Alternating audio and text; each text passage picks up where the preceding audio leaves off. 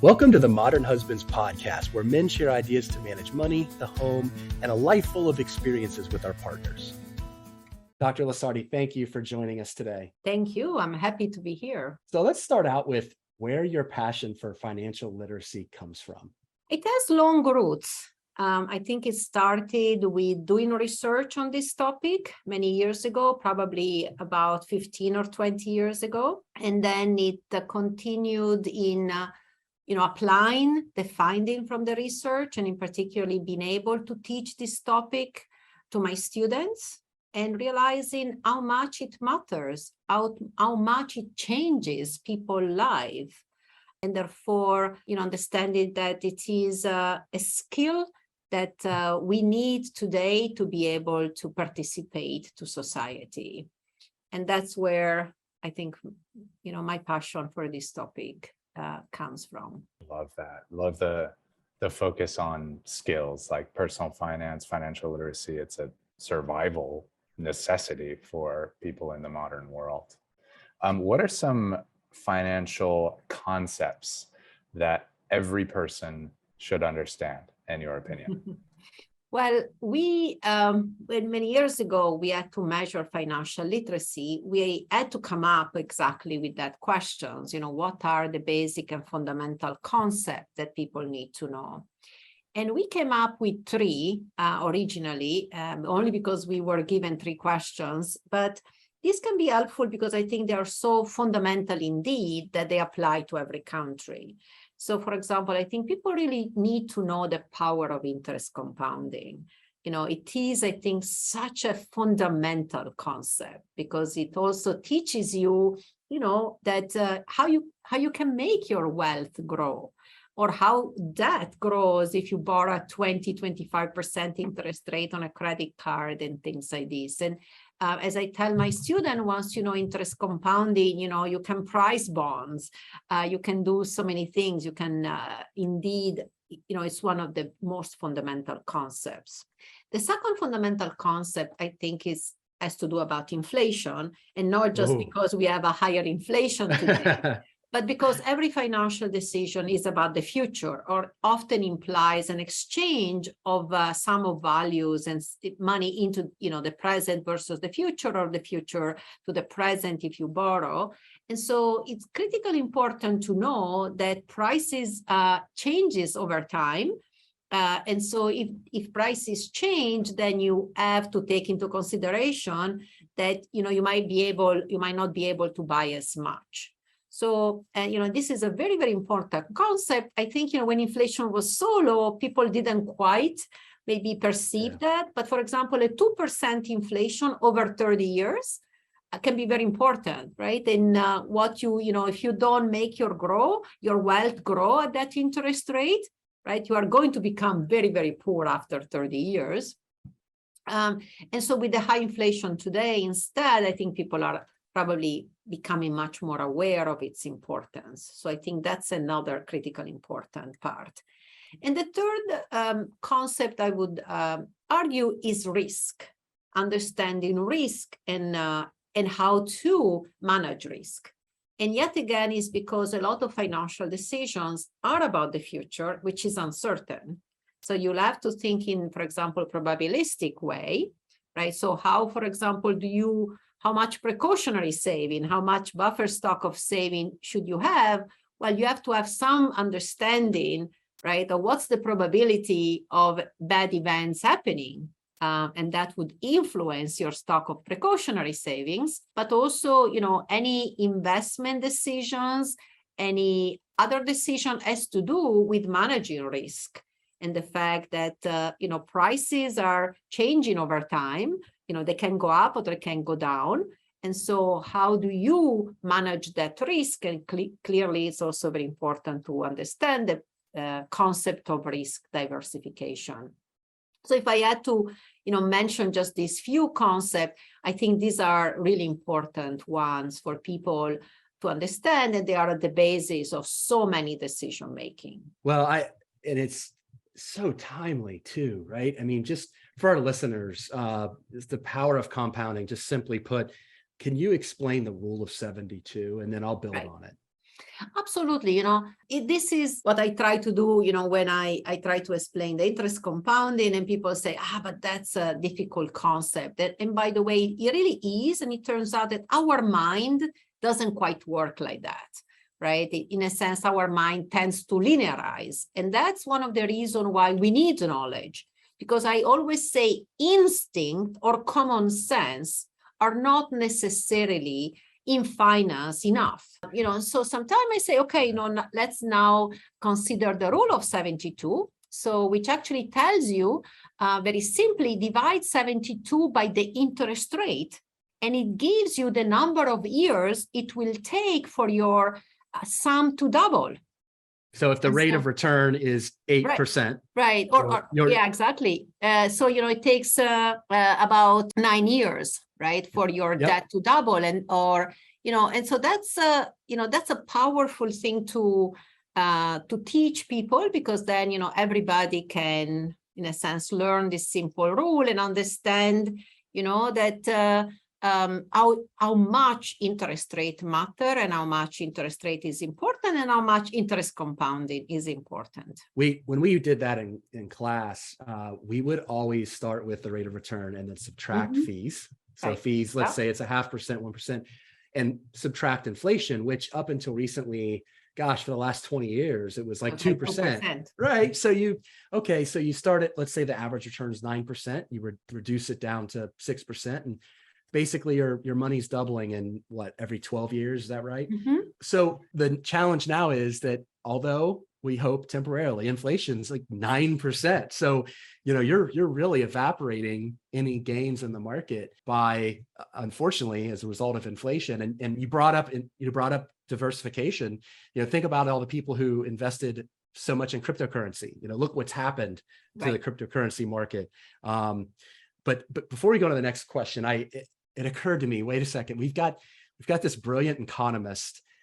Why wouldn't we ask the economist to explain what's happening in inflation right now? Like, what's the cause of it in just plain English, just for the lay person that's wondering why their groceries are 15% more expensive? So it is a difficult question today, because this type of inflation is different than in the past. We think that, for example, there are two components here. On the one hand, that there is a big demand pool about inflation, meaning that there are lots of demand for goods because there has been a lot, for example, of support to consumer during the pandemic. And in a very tight labor market, what has also happened is now the labor market is tight. A lot of people have left potentially the labor market, and so as a result, we see a big pressure on wages, and a big pressure on prices. So, there is this demand, in a sense, and also there is this big kind of demand now, in particular, that people are going to go back and, they are not locked up in their apartment anymore. But there has been another things happening, and that perhaps also might explain why the inflation, the increase in inflation has been so rapid. There might be a supply constraint. And so, because of the war and because of the lockdown in China, we have seen a lot of delayed in goods being delivered. So there is a short supply of goods, and now there is a big demand for those goods as well, because, people are going back to work, are going back to, good wages, and they have also got the government support. And so this combination has potentially created this large increase in prices, but it has a combination of forces, and it's going to make monetary policy be somewhat difficult in a sense now, because it's not just one source. And when it is a supply shock, mostly these are the bad shocks. Remember the supply shock during the 70s, where we had, in a sense, unemployment and inflation. Today is different in a sense that we have a supply shock, we have a low unemployment, but we have such a rapid increase in inflation, so a rapid increase in prices. So it's an unusual time, but I feel it is also so bad because we know, first of all, inflation is a tax on money. Yeah, right. And it's also at the current time, I feel that the prices that have increased are unfortunately the prices of the goods that probably the lower income family Yeah. are buying the most. Yeah. Food, gas, and housing. Yeah. And that's, I think, what I think makes this inflation really problematic. And you brought up monetary policy. Our listeners might not know what that means. And basically, it's the Federal Reserve, the bank for banks, for lack of a better way to explain it briefly. They'll raise interest rates. It's going to cost more to borrow. And when it costs more to borrow, it slows inflation, but it also makes it more expensive to take out a mortgage for a home or a student loan. So thank you for clearing that up. Mm-hmm. What are some common myths that you run across when it comes to personal finance? I think a lot. One of the things we have documented over time is, first of all, how much people don't know about the basic concept, right? So just to give you some of the statistics, which in my view are very alarming, if I just describe, three simple, concept fundamental that all people should know, for example, interest compounding, inflation, and risk diversification. If you look at the most recent data from the National Financial Capability Study, where we have added these three simple questions, and if you read the question, they are even simpler than what we are describing now. About 30%, in fact, 29% of Americans, just the whole population, know these three basic concepts. And that's a very low proportion of people. Then if you look at the people who know the least, the young, the low income people, low education, know even less. So, with that type of little knowledge, it's hard to imagine that people are making, the most informed or financial decision. And I always say in finance, ignorance is not bliss. I can only think of a few times where ignorance is bliss. Maybe when you go to the dentist, you don't want to know how much pain, it will be to extract your tooth or things like this. But in finance, not knowing, apart from Forrest Gump, I don't think I've learned of many people, buying stock and being lucky about them. So you need to have kind of that knowledge, I think, to make a good decision. And I don't say this, lightly, because we have done a lot of work showing that this, basic knowledge is very linked to behavior. Knowledge is important. And this is also why, in my personal finance course, for example, I cover many of these topics. And I do think that, it's very hard to say what is a mistake, right? Because to understand what is a mistake, you have to learn and know a lot about the circumstances of people, right? The fact that you don't invest in stocks, might not mean you are making a mistake, or the fact that you are in cryptocurrency doesn't necessarily mean it's a mistake. And I have to learn more about it. But I just want to mention this low level of financial literacy is certainly a big drawback and a big constraint about making good financial decisions. Yeah, no question. Particularly, if you read some of the newer articles about, bad or suspect financial advice proliferating on Instagram and on TikTok. Oh, yeah. Right.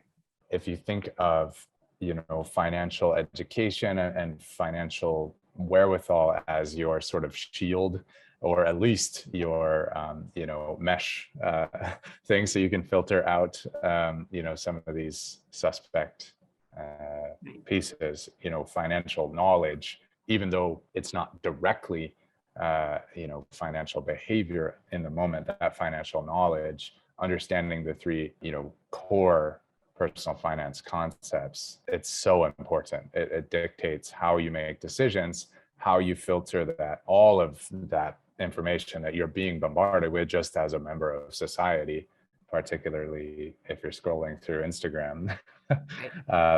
It dictates all of that. Yeah, and I want to issue a warning here. And a lot of people think that, financial literacy or personal finance is very boring, and that we have to make it fun. And then a lot of people think that, it's very hard to understand. And so you have to make it simple. Yeah. And the third thing is, financial literacy is taboo. And so you have to break that taboo. And so I understand how some of the social media can do that. But I really do want to issue a warning that, can you really learn it in the rigorous way that you need? I think, having courses in school and the university and so on is very important, because then you can read and you can understand some of these other things. But, if your learning is from TikTok, well, good luck. Well, that's where kids get a lot of it. I don't know. Let's say it was 3 or 4 years ago. Whenever TikTok became pretty popular, the kids would show me what they would see on TikTok, and I was terrified. I mean, at least they knew enough to know, well, that doesn't seem right. I'm not going to listen to that guy. But they had kids in other districts that weren't learning about anything about money, and they were literally listening to advice from people on TikTok. This podcast is brought to you by Modern Husbands. We are a community of devoted husbands of working spouses who share ideas to manage money, the house, and a life full of experiences. Visit modernhusbands.com to learn more. I remembered a few years ago, and I apologize for taking us down this rabbit hole, but I remember seeing, I don't know if it was an ad or just a regular post on Instagram for a cryptocurrency investing scheme that was promising guaranteed 10% annual returns in perpetuity. Yeah. Right. The company guaranteed, of course. Right. And, like I had the wherewithal in the moment and some of this background knowledge to be suspicious of that company that just put that out. Right. That put that out, by the way, just went bankrupt. So, but those kind of messages, they really take advantage of our behavioral, biases. Oh my goodness, guaranteed returns. Right. That, our hope is that those kinds of things are actually exist, and it, gives us some sense of security. But that's just one example of some of the wild stuff that's been floating out there. This is a good segue too, actually, into back into another component of your work, Dr. Lusardi. So there's also been a lot of headlines about how men and women differ in terms of their investing strategies. Can you tell us what are some of the differences in general? Obviously can't paint anybody with a broad brush, but in general, what are some differences between men and women in the world of investing? Yeah, so I have studied this a little less, in a sense that I look more at the determinants of investment. But what I can say is that there are gender difference in investing in most of the data that we have looked at. And we have looked at data, for example, looking at your money in mutual funds, money in your retirement account. And then also looking at, for example, investment into more non-retirement account. And often what we see about women is that women are less likely to invest in the stock market per se. So they are less likely to be participant in the stock market. And interestingly, also, when we look at the retirement account, where often people are automatically enrolled into it, right? So women might be as likely to participate, because they were somehow enrolled into this, but then they are a lot less active. We do see, I think, among women, a lower participation. We see different behavior also. They are less likely to trade, and they are less likely to be active, which sometimes can be important because, for example, they are less likely to trade in stocks, and this has been a well-documented fact, which might be helpful because I think, women therefore pay less in fees and so on. According to some of our research, where we have looked in particular and tried to link also financial literacy to this investing behavior, I think women have some good feature about investment, which might not be as aggressive in their investment strategy. They might be not trade as much. They might also look at investment as more a long-term strategy and something that is, as the objective of taking care of their family, which I think often is what investment should be. But we also see sometimes perhaps too much fear rather than a good decision, and perhaps too little activity rather than, so you have invested in there and then, you don't do much about it. So maybe lack of rebalancing or really, making more decisions that are related to your behavior. We also have to take into consideration, I always say this to women, that women have, specific characteristics. For example, they live longer than men. So and the fact that you do that, you should change your perspective. You should change also your investment and also your saving behavior for the future. It's also good that women care a lot about other things, care about their family, not just potentially their own well-being. And so, investment can help you achieve, many different objectives. Maybe, you also want to send your kids to school. And so you have to also invest for, objective which are closer than, let's say, your retirement. And so you have to be quite wise about, which type of risk you take and so on. And now more than ever, you have to manage these, I think, increased risk that we see in the market. There is an increase in volatilities, and we see, sources of risk that, we didn't see as much before. The climate, for example, change, might bring a risk which we might want to think about. There is a trend toward, potentially considering into your investment other objective, for example, the ESG objective. And so I think, you have to be more than ever quite wise and informed when you make your decisions. I've gone through this recently, and this really plays into a lot of your research, and it's near and dear to my heart because I've just seen the reality of the gender pay gap. I saw it early in my wife's career, which I want to be really upfront about this. This isn't just a women's issue. This is a family issue. The majority of Americans are dual income homes, and so this needs to be a fight we're all fighting for a number of reasons. That is something that we need. At least I would like to see husbands support their wives to figure out a way to close the gap. So do you have any specific advice on how husbands can help their wives close the gender pay gap, close down the asset accumulation gap? Yeah, it's a great question. So let me start by saying I always show this graph to my class. I show the graph of basically the present discounted value of wages across the life cycle for different degrees. And then I show the gender differences. So the first fact showing that, if you go to college, there is actually a return to education. So you can, over your lifetime, earn a higher income. But then I show that, for the same degree, women are paid less. And as a result, also, it's not that you are paid less now, but that, that lower pay has really consequences over the life cycle. And if you think that, you are paid 20% less now, over the life cycle, this sums up to $1 million. Often in terms of differences either in income or in wealth. And I think this is important to have this dynamic perspective that we know that women are reluctant to ask.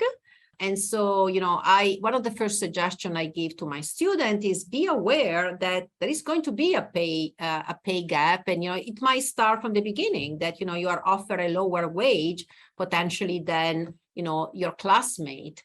And so you have to go and ask for it, because it was going to have so many consequences. Your raise is going to be on a lower base, right? And so these things can really continue over time. Now, coming to your question, I think, one of the other reasons why women might not continue to have or might not advance is because of family consideration. Women take time off the labor market when they have kids, or they might be less willing or able to participate in these, really hard jobs where, you have to be at the work until 8 p.m., and so how do you deal, if you are a CEO, how do you deal, having children who go to school, who are sick and things like that? Yep. And all of those things are going to translate, in a sense, in your income trajectory, from the fact that, women are less likely to be paid, or women are less likely to ask, to the fact that, the constraint in the family, if they are taking up a big responsibility, will prevent them maybe from following, the income trajectory that are leading to high paid jobs. So I do think that husbands here are very important, first of all, to encourage women, to encourage their confidence, and to encourage women to ask. And second, to support them when, they have children or there are family consideration. Women take also time off to take care potentially of aging parents at a certain stage in life, where perhaps you are at the stage where you could make the big leap to becoming, let's say, you have been a CFO, you can become a CEO, but here you are dealing with your aging parents, and so perhaps it's not possible. So I really do think that husband can support the wives, and I think in doing so, the family might be doing well, and Right. there is a benefit for everybody. It's not just about generosity, but it's about maybe making the family better off. I can say as a woman that if I'm not satisfied in my work, I'm going to be a grumpy wife. we had Dan Cadlick on earlier, and he's somebody that we consider a trailblazing modern husband, where frankly we are really proud of our wives. We are very supportive of their careers. And his wife is extremely successful. She's a global executive at Visa. And, he brought up something that is important because it jives with the research. And that's, they just simply had conversations about what's in the best interest of the family. And when his wife wanted to take on a pretty big job, his response was, how can I help? How can I help? It was that simple. And, he took care of the kids, and he decided to work from home. He was the one who took him to the doctor and prepared meals. And it wasn't as if he's working, he was a award-winning financial journalist for Time and for Money Magazine. And when you look at the research, it's really sad that women have this second shift burden disproportionately, where they spend more time trying to caretake with children. They spend more time doing household chores. And what's sad about that is that the research also says that when men chip in and there's an equitable division of labor at home, men are happier. Right. Men are happier. The relationship is better. Women are happier. So I'm really glad that you brought up the importance of just giving women the support they need to be able to pursue their it's careers. A win-win, I think. It's a win-win for everybody. And that's why, sometimes we have to get away from this misconception. The other problem is, if women are paid less, right, then the division of labor become, naturally, let's make the men who earn a higher wage, have the breadwinning strategy. And so it really starts early on, right, with don't let women fall behind. And I think, let's have a situation where, everybody can follow their talents as much as possible. So I also don't want men to become the grumpy wives. And we don't want to be that either. Modern husbands, but not grumpy husbands. Modern husband. Yeah. What are a couple of actionable steps that our listeners on this podcast can take right now to improve their own personal finances? I always have 3 recommendations. One is that you have to take good care of your finances. I think people often don't spend time in that. And I think, I would say the same way you exercise and you take good care of your health, set time aside each week to take good care of your finances. It could just be to know about what you have spent this week. So you can have, a budget, and you can think a little bit more about, where you want to put your money. Look at the things, the contract you have. People sometimes haven't, refinance their mortgage, or are keeping this checking account, which is, expensive, or so, really take good care of your finances and set time aside to do that. In the same way you exercise, this is going to be very helpful for your health. Oh, that's a good analogy. The second thing, which I think is very important, is there is an indicator that is very helpful for you to kind of keep track of. I almost feel like, that's your financial GPA. And of course, I'm speaking of the credit score. Yeah. And so I feel like, the credit score is more or less a little bit of financial identity. It tells, what you have done. And unfortunately, people can look at it. And as a result, they are going to give you a very high interest rate when you borrow if you have been late in paying your bills, if you have maxed out on your credit card, if you have not, kept a good financial habits. And so one of the things I always recommend to people is try to improve as much as possible your credit score. And this is going to have the big benefit that is going to translate in lower interest rate in borrowing, and it's going to translate in huge savings. The difference of 1 percentage point in your mortgage is huge. Right. You can save like $25,000 easily, by getting a better interest rate on your mortgage, getting a better interest rate in your credit card. But also, I tell my student, your employer is going to look at your credit score. Right, that's true. You'll get a worse insurance in your car. Even renting an apartment might become an issue if you don't have a credit history or if you have a poor credit history. So that's, I think, what is incredibly important. And by knowing what is in the credit score, it's a very imperfect proxy, as every proxy. But then, know what is in there and try to, follow that behavior. So, one of the things I say is really be on time to pay your bills and pay your credit card. And that's a good suggestion. That's what I think you should be doing. And so that cost of disattention can be quite high. And then number 3 now, I think, more than ever with this type of inflation, you have to do 2 things. From the consumption side, you really have to keep a budget and budget your expenses, because it's going to be so much more expensive now. Even though the average rate doesn't reflect that, gas and food and some food items have increased a lot more. So more than ever, I think you need to keep track of your expenses and try to see how can you make adjustment so that, so that you can maybe continue to save. Otherwise, we know that the income probably is not increasing at this rate. It's not increasing at 9%. So, without that, you're going to decrease your saving this year. The other thing is, because of this inflation rate, now more than ever, you have to be careful about how you invest. Keeping money on the checking account, keeping money on very short-term security is going to give you a negative real rate of return. Yeah. And so you have to, consider your saving and investment. It's very hard. Any asset that brings a return less than 9% is going to give you a negative rate of return.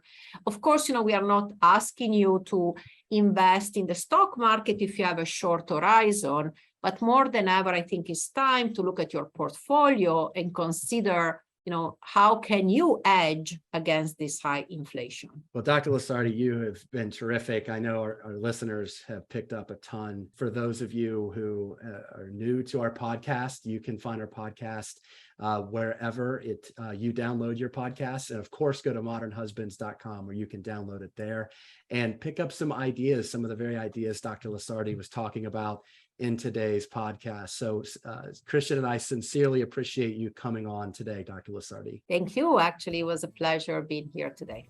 A big thanks from Dr. Ross, Christian, and myself to today's guest, and of course, our listeners. Please remember to like, comment, and subscribe to today's podcast. You can find our podcast on modernhusbands.com or anywhere you download your podcasts.